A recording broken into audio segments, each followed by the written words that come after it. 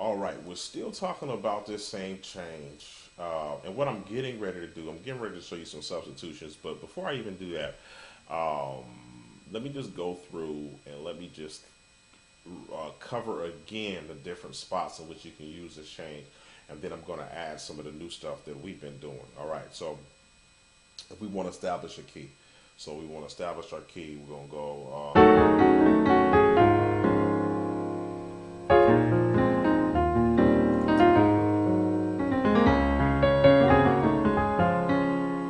so we did.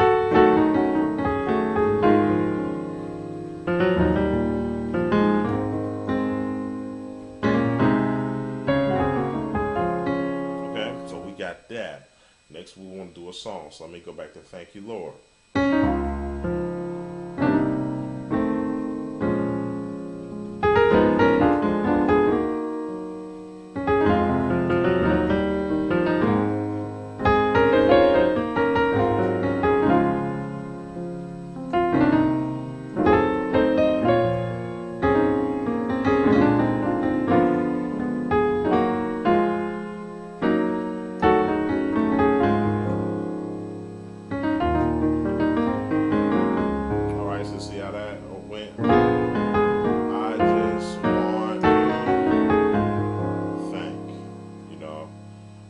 Or you can go.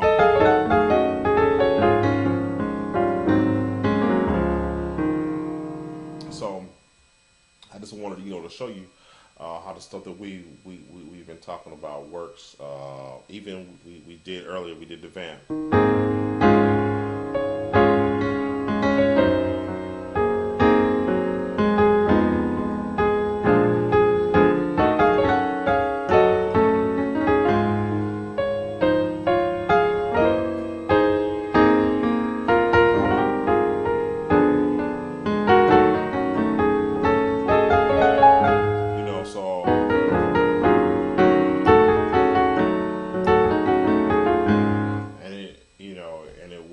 In that vamp. So all the stuff that we've been covering, will even work in that context.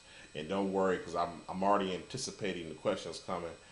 I'm going to do another video that's going to break down all that stuff. So I'm going to break down the vamp that I was just playing, and I'm also going to come back and I'm going to break down some of that talk music stuff, and I'm going to break down the intro. So I'm going to break down the talk music, the intro, and I'm going to break down the vamp. So just stick with me in this series. I promise I'm gonna come back and I'm gonna do those three things. But let me get back and let me talk about some substitutions. All right. Now, man, substitutions are just wide open, and it's really just substituting.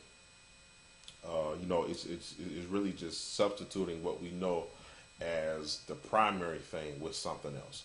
So, for instance, instead of playing this E flat minor, sometimes what we'll do is we'll play a G flat.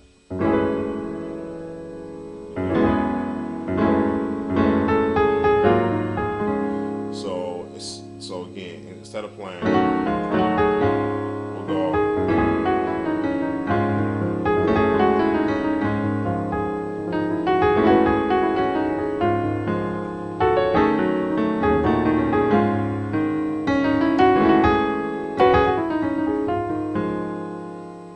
So let me talk about that. Let me talk about the theory behind it. All right. So we have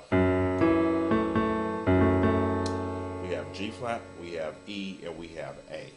Right. So we have those three notes that we can play in our left hand. Now, if that A is too much of a stretch, you can just play that E, G flat, and E, and basically, we'll just keep it like that for right now. So basically, the first thing we can do is we can just play A, D flat, E, A flat, B. And matter of fact, instead of just playing this this E, we actually in our left hand we can play the A flat. And it actually sounds a little better with that A flat. So I encourage you to try to work out that stretch that you can get that. If not, like I said, you can always do this, but the chord just sounds so thick like that. It's like just a nice sound. So you got that, and basically do something melodic. We can go.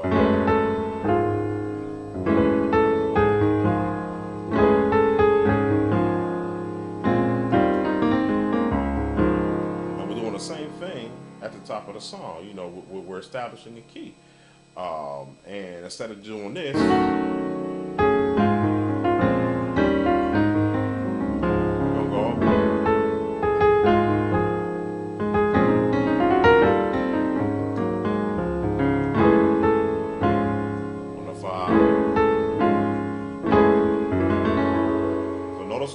right hand, I'm just going B, A, and then when I get to that A flat melody, my chord is shifted.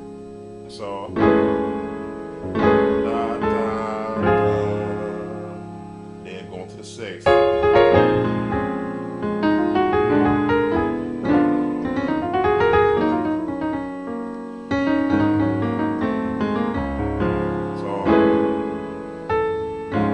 So you got that.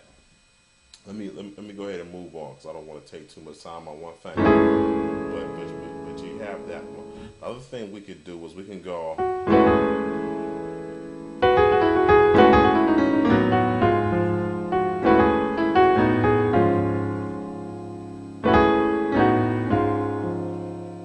Let's see. Now this time we're gonna do the same thing. We're gonna play it rootless. So my left hand is gonna play E, A flat. A, D flat, I'm playing E, D, G flat, A flat, B. And it's like a little E run, like a run you can use in E major. You can actually use an A too, but basically I'm taking a B, and what I'm going to do, I'm just going to call these flats, even though we probably should call them sharp since we're kind of doing some E stuff, but I'm going to stick with flats right now. So I have B, A flat, G flat. So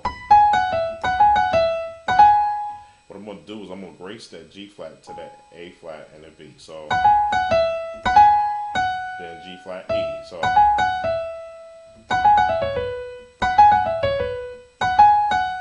E, G flat, B. And let me see. E, D flat, B. Back to the E. D flat, B. So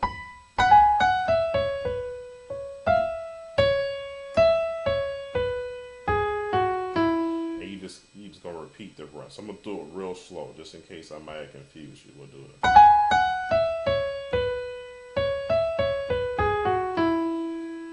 And once you learn it, you can flip it. And that time I kind of did some other stuff with it. So, and you can even stop at various notes. So I stopped on a D flat.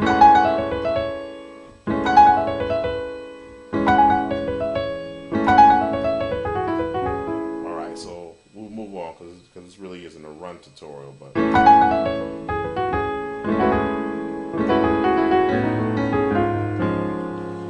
So what I like to do sometimes is, well, a couple of things. One, I can go,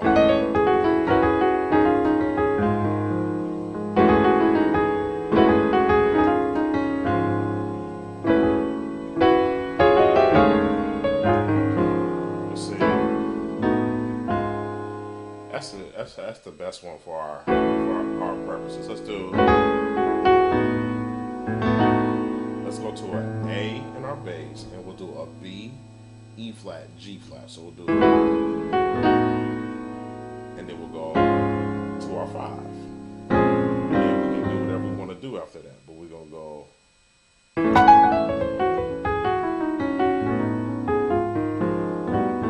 So you see that 5 chord? I mean, no, not the 5 chord, the A chord. A, B, E flat, and then G flat. And we can use that D flat as a grace note. We can go,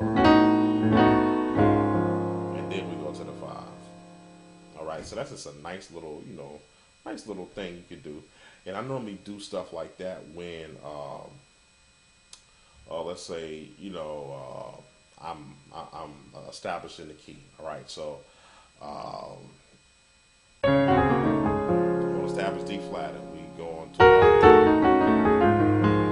our chains, and we want to do the same thing.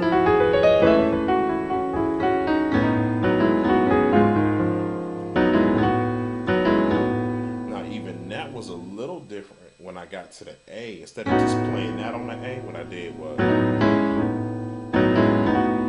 and that's real sweet right there. It was kind of accent, but that's a real sweet change for you to have. You just have G flat, B, E flat to a E flat minor. A D flat minor chord, which is A flat, D flat, and E. So, and then to our first chord. So you have.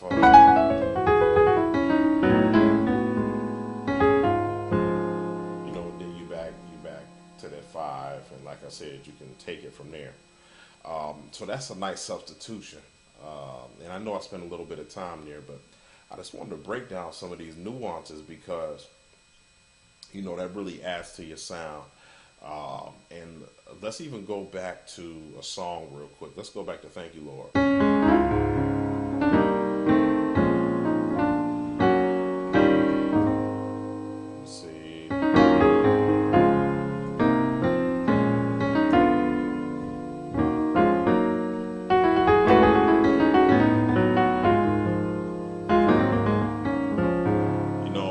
Deviated from the melody, but it's like one of those things you hear guys do all the time. So it was like, I just want to thank you, Lord. And I would use that if I'm playing that song out of context. You can even do something on solo praise. So